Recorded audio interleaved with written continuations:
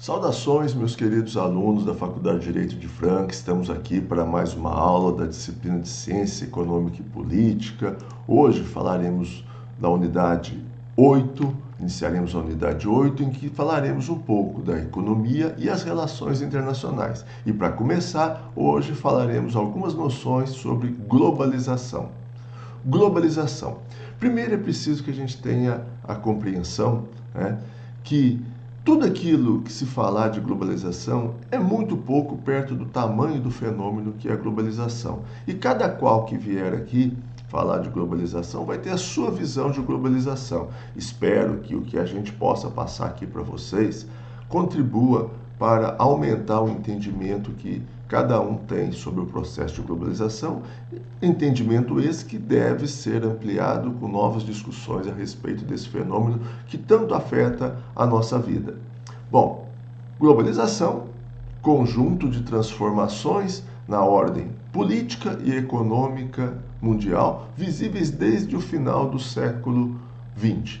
É bom que a gente fala que o que vem a ser globalização? É o aumento das transações de uma mesma aldeia global. Esse fenômeno, de uma forma ou de outra, transações entre nações, não é um fenômeno novo, é um fenômeno antigo.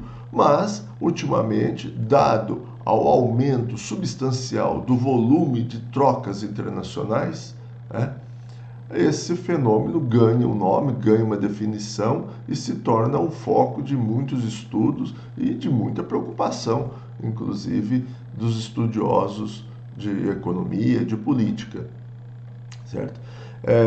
Globalização é a forma como os mercados de diferentes países interagem, aproximam pessoas, mercadorias, certo? E ele com o fenômeno da globalização, uma quebra de fronteiras, uma expansão capitalista sem limites. É possível hoje realizar transações financeiras, expandir seus negócios, até então que eram restritos ao mercado interno. Cada vez mais ele ganha os mercados internacionais. Como eu disse para vocês, teve início, se a gente for ver, desde a era das grandes navegações, dos descobrimentos, da Revolução Industrial. Mas o que houve de diferente a ponto de gerar toda essa celeuma, essa preocupação, com relação a esse fenômeno? O que acontece, no meu modo de ver, é que a partir da década de 80, 1980, nós tivemos uma verdadeira revolução. Uma revolução nos meios de transporte e nos meios de comunicação, que ganharam muito em eficiência e redução de custos. E na medida que isso acontece, começa a viabilizar uma série de transações internacionais que antes eram proibitivas. O custo do transporte, a dificuldade das comunicações inviabilizava muitas trocas internacionais, muito intercâmbio internacional, intercâmbio comercial, intercâmbio de serviços, intercâmbio de capitais. Era tudo muito difícil, dada a distância, dada a necessidade da locomoção, e dada a dificuldade da comunicação. Então era tudo muito difícil e o grosso das transações eram internas. Hoje, viabilizou por demais as transações internacionais. Bom, quero mostrar para vocês por que esse fenômeno ganha uma importância, ganha uma dimensão tão grande nos dias de hoje. Vamos dar uma olhada aqui nesse gráfico, nessa tabela. Olha o tamanho do produto interno mundial, 4,081 bilhões. Isso na década de 50. Na década de 50 passa para 6. Na década de 70 passa para 12. Na década de 80 passa para 18. Na década de 20 passa para 27. Na década de 2000 passa para 41. Depois, em 2010, 2011, 79, 80 trilhões o tamanho do produto interno bruto mundial. Qual que era a média das transações, das exportações? Olha que aqui nós estamos falando apenas do intercâmbio de mercadorias. certo? É preciso que a gente entenda que o intercâmbio de serviços cresceu até numa proporção maior e o intercâmbio de capitais cresceu numa proporção maior ainda, né? Então, na década de 50, exportávamos em torno de 91 bilhões, certo? 1,7% de tudo aquilo que era produzido no mundo era destinado ao mercado externo. Na década de 60, isso passa para 2,1%. Na década de 70, passa para 6,4%. Na década de 80, passa para 9,9%. Depois, 14%. E hoje, certo? De tudo aquilo que é produzido no mundo, 18,9%, em torno de quase 20%, tem como destino as trocas internacionais. Então, notem que, enquanto a economia cresce num determinado patamar, certo? O comércio mundial cresce num patamar muito maior, né? Então, olhem aqui, por exemplo, um gráfico dos últimos anos, né? Enquanto o crescimento médio do produto mundial bruto é 1, o crescimento do comércio internacional é quase que o dobro, né? Então, o aumento das trocas, certo? O aumento das transações entre nações tem ampliado por demais. Olha aqui, volto a dizer, nós estamos falando aqui só das transações de mercadorias, certo? O fluxo de pessoas, de serviços hoje ampliou-se por demais. Hoje em dia fica muito viável para muitas pessoas se deslocarem para outros países, trocar serviços, né? Imagine capitais até a década de 70, para você transferir capitais de um país para outro, alguém tinha que ir com os dólares na mala, era uma coisa complicada. Hoje em dia, certo? Você transfere recursos de qualquer lugar para qualquer lugar do mundo com um simples toque, né? Com uma simples transação pela internet. Então, os fluxos aumentaram por demais, certo? Globalização é uma nova expressão para um fenômeno antigo. No século XIX falava-se imperialismo, certo? Uma palavra que acabou tendo até uma conotação muito crítica. Na metade do século XX, internacionalização das empresas começam a ganhar força. Na década de 50 e 60, o maior destaque é para a expansão das multinacionais, certo? Na década de 70 e 80, a vantagem vai para os bancos e outras instituições financeiras, certo? Que começam a trocar capitais numa velocidade, certo? Muito maior, muito grande. Na década de 90, além das multinacionais, dos bancos globais, ganham força os processos de liberalização comercial, culminando até com a criação da OMC, para tentar disciplinar um pouco esse aumento tão grande do volume das trocas internacionais. Para os otimistas, trata-se de um movimento histórico, cuja essência é o avanço da economia de mercado em todo o planeta, quebrando barreiras institucionais, culturais e econômicas, certo? Fenômeno normal, tranquilo, e os otimistas veem com bons olhos, certo? Para os pessimistas, a globalização é sobretudo financeira, animada por uma disponibilidade muito grande de dinheiro no mundo todo, certo? Num mundo que cresce pouco, desemprega muito e convive ainda com formas cada vez mais sofisticadas de exclusão social e desigualdade tecnológica, né? Para os otimistas, certo? A globalização amplia a possibilidade de muitas pessoas que viviam a exclusão. E para os pessimistas, ela amplia a exclusão, né? Cada nação tem lidado de uma forma ou outra com relação ao processo de globalização. Muitas têm tirado vantagem, muitas não têm tirado vantagem desse processo de globalização. O que a globalização significa? Significa divisão do trabalho em nível mundial, né? Cada população, cada país se especializa naquilo que faz melhor e, pela troca, todos ganham, melhora o nível de vida de toda a população. E qualquer intervenção governamental, tarifas protecionistas, dificulta isso. Nós já estudamos teoria do comércio internacional, a teoria das vantagens comparativas, certo? Já estudamos divisão do trabalho e vimos que se cada um se especializar naquilo que faz melhor, todos ganham pela troca. E é isso, de certa forma, que vem a ser o processo de globalização. A consequência disso é o aumento do padrão de vida de todos os envolvidos.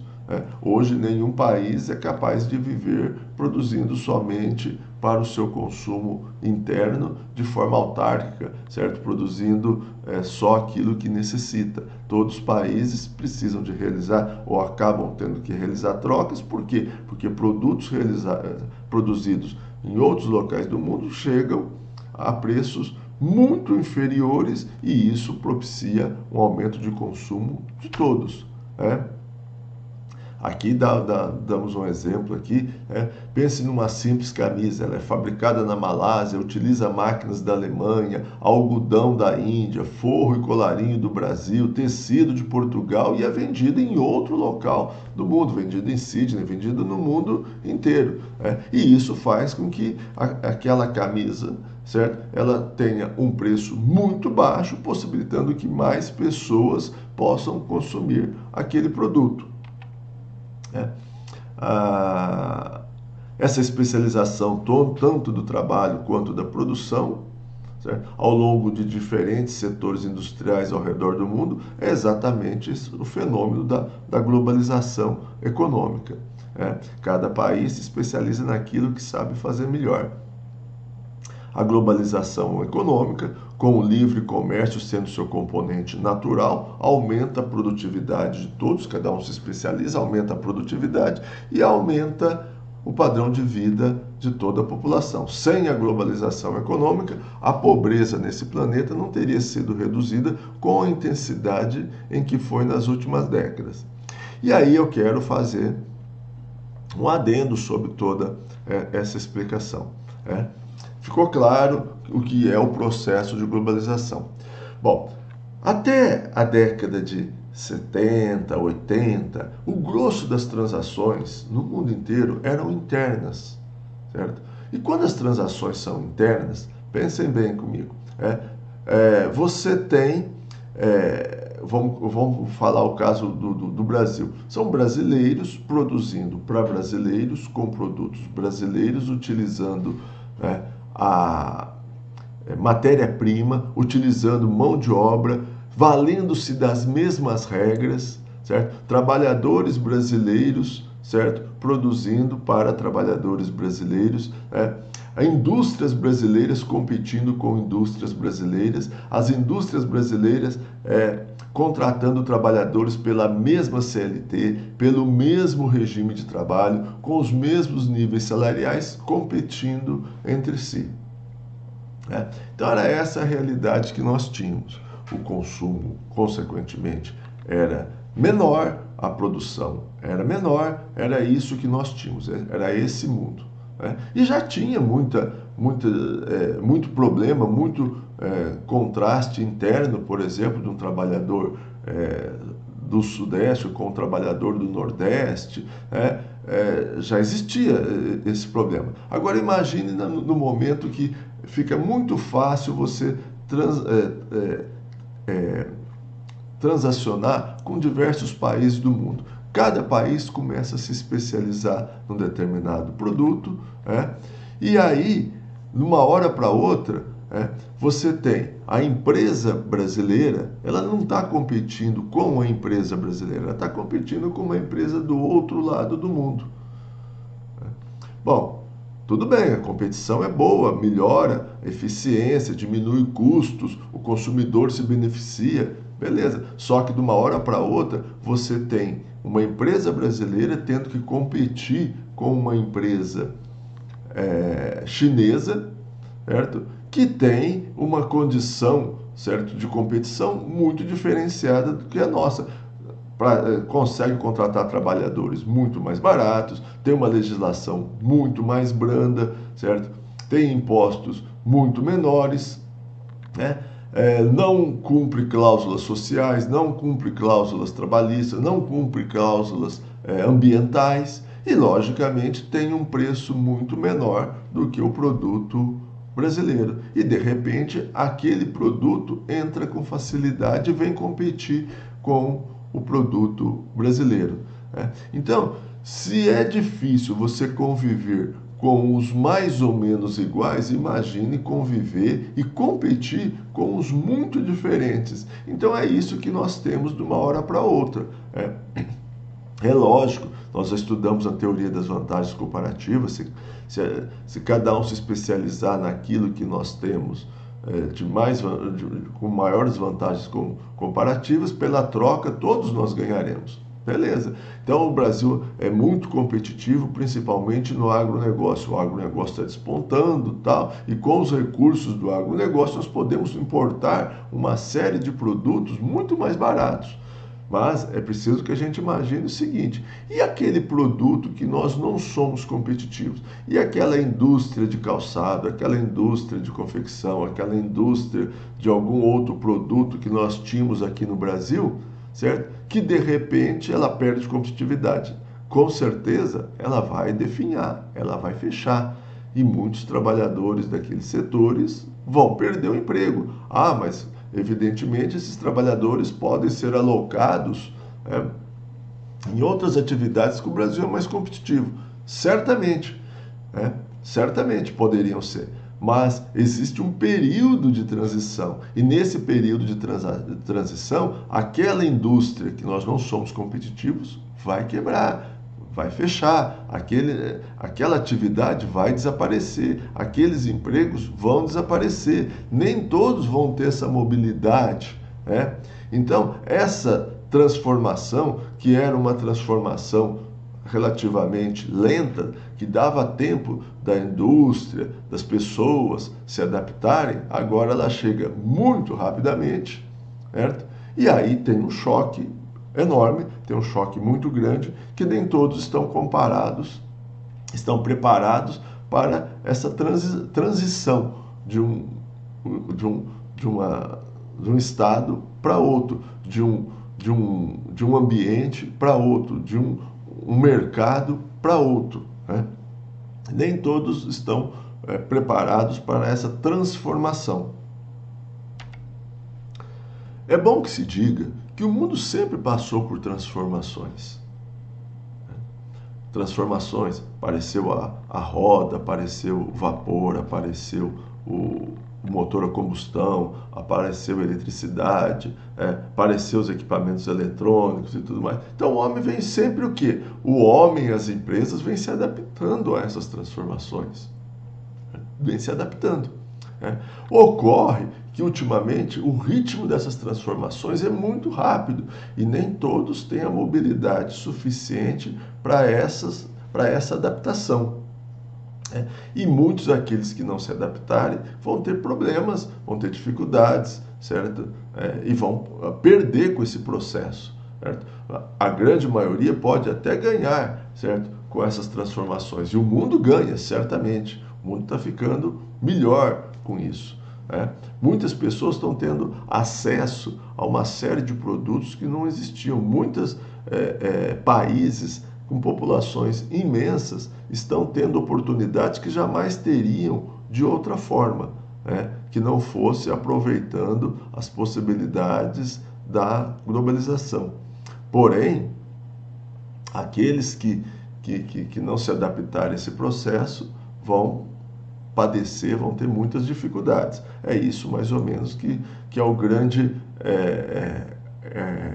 problema desse mundo em transformação que é essa globalização. Ultimamente tem se falado muito, numa outra expressão, globalismo. Muita gente até confunde globalização com globalismo, e uma coisa é o oposto da outra. Defender um não implica defender o primeiro. Então, veja bem, vamos tentar compreender um pouco esses dois termos, globalização e globalismo.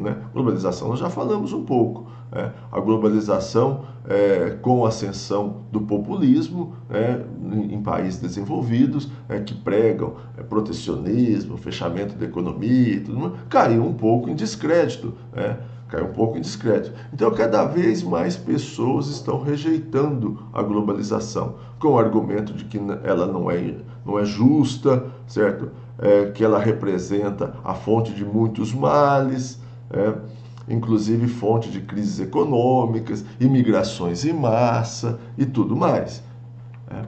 Bom, a globalização econômica, comprovadamente, aumentou o padrão de vida da população mundial. Isso é fato, Pode não ter aumentado por igual, mas na média aumentou o padrão de vida de toda a população, por aquele simples conceito que nós temos. Se cada um se especializar em produzir aquilo que tem maiores vantagens comparativas, pela troca todos ganharão, aumentará o padrão de consumo de toda a população. Bom, primeiro é bom que a gente entenda o seguinte: o globalismo é um conceito político, já a globalização é um conceito econômico. Uma coisa não tem nada a ver com a outra. A globalização econômica, como nós já estudamos até agora, significa livre comércio, livre mercado, certo?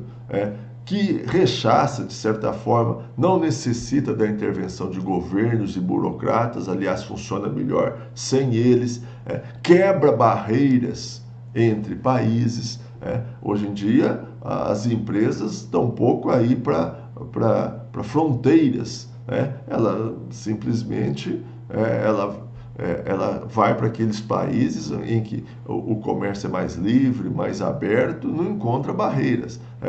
Já o globalismo é exatamente o oposto. Trata-se de um arranjo que só existe por causa de políticos e burocratas. O objetivo do globalismo é determinar, dirigir e controlar todas as relações entre os cidadãos de vários continentes por meio de intervenções e decretos autoritários. Então, se a globalização é a abertura, é o livre comércio, sem intervenção, sem governo, sem barreiras, certo? Sem fronteiras, o globalismo é a tentativa de colocar regras nisso, de colocar barreiras, de colocar controles, de tentar disciplinar tudo isso. É lógico, que um mundo, certo, determinado só pelos interesses econômicos, em que os estados nacionais perdem seu poder de intervenção, um mundo em que não exista muitas regras, em que não existe muitas regras, porque cada país tem a sua soberania, é um mundo cão, é um mundo, certo, em que acaba vigorando a máxima de que aquele que tem, salve-se quem puder, aquele que tem maiores vantagens sobrevive e pronto. Então é um mundo cão, certo? Um mundo sem leis não é um mundo bom. Já o globalismo é tentar colocar regras, e na medida em que você tenta colocar regras, uma coisa trava a outra. Então, o globalismo, certo, é a tentativa de lidar com problemas mais complexos desse mundo, certo? Requer um processo centralizado de tomada de decisões em nível mundial, ou seja, tentar intervir nesse processo de uma forma ou de outra, certo? Consequentemente, leis sociais, regulamentações econômicas devem ser harmonizadas ao redor do mundo por um corpo burocrático supranacional com a imposição de legislações sociais, uniformes e políticas específicas para cada setor da economia de cada país. Então, o globalismo ele pretende criar regras e a globalização econômica ela vive melhor sem as regras. Então, essa é a diferença entre globalismo e globalização, certo? Então, uma coisa é contrário à outra. A globalização viveria muito melhor sem as regras. Mas será que o mundo seria melhor, mais justo, sem as regras, só baseado nos resultados? Ou as regras são importantes para você amenizar as crises, para você, de uma certa forma, diminuir as desigualdades, as diferenças e tudo mais, certo? O Estado-nação, como nós conhecemos hoje, certo? Na condição de representante soberano do povo, na medida em que os países perdem as fronteiras, tornou-se obsoleto, né? E deve ser substituído por um poder político transnacional. Mas que poder político transnacional seria esse, sendo que os países são soberanos? Essa é a grande dificuldade, né? O globalismo representa o autoritarismo, a centralização do poder político numa escala mundial, pelo menos é essa a tentativa. A globalização econômica nada mais é do que a divisão do trabalho, o livre comércio, a descentralização, a liberdade, promovendo uma produtiva e cada vez mais importante e pacífica cooperação entre as fronteiras, além das fronteiras. Certo? O globalismo é a ideologia que preconiza a construção de um aparato burocrático de alcance global, centralizador, certo? Pouco transparente e capaz de controlar, gerir e guiar os fluxos econômicos da globalização de acordo com certos projetos de poder, certo? Então, uma coisa é totalmente diferente da outra, né? Aos que defendem deixar a globalização totalmente livre, aos que defendem colocar determinados controles, certo? Determinadas regras para que o comércio seja mais justo. Por exemplo, uma própria OMC, o que ela tenta criar? Criar regras, certo? De convivência, certo? Para conseguirmos um comércio mais justo e tudo mais. Até que ponto esse monte de regra que a OMC tenta impor, e tem muita dificuldade para impor, de certa forma ela atrasa o globalismo, até a globalização. Até que ponto a globalização deve ser deixada totalmente sem controle, né? Então essa é a grande discussão que tem se colocado nos últimos anos, certo? Bom, esses eram apenas alguns conceitos que eu queria colocar para vocês a respeito de globalização e globalismo, né? E eu espero, na nossa aula que nós vamos ter em seguida, nossa aula online, que a gente possa discutir melhor, sanar algumas dúvidas, certo? E trocar algumas ideias a respeito desse processo, que quem falar que tem as respostas para ele está cometendo um grande estelionato, né? Estamos todos aprendendo com esse novo fenômeno. Bom, muito obrigado pela atenção e até a nossa próxima videoaula.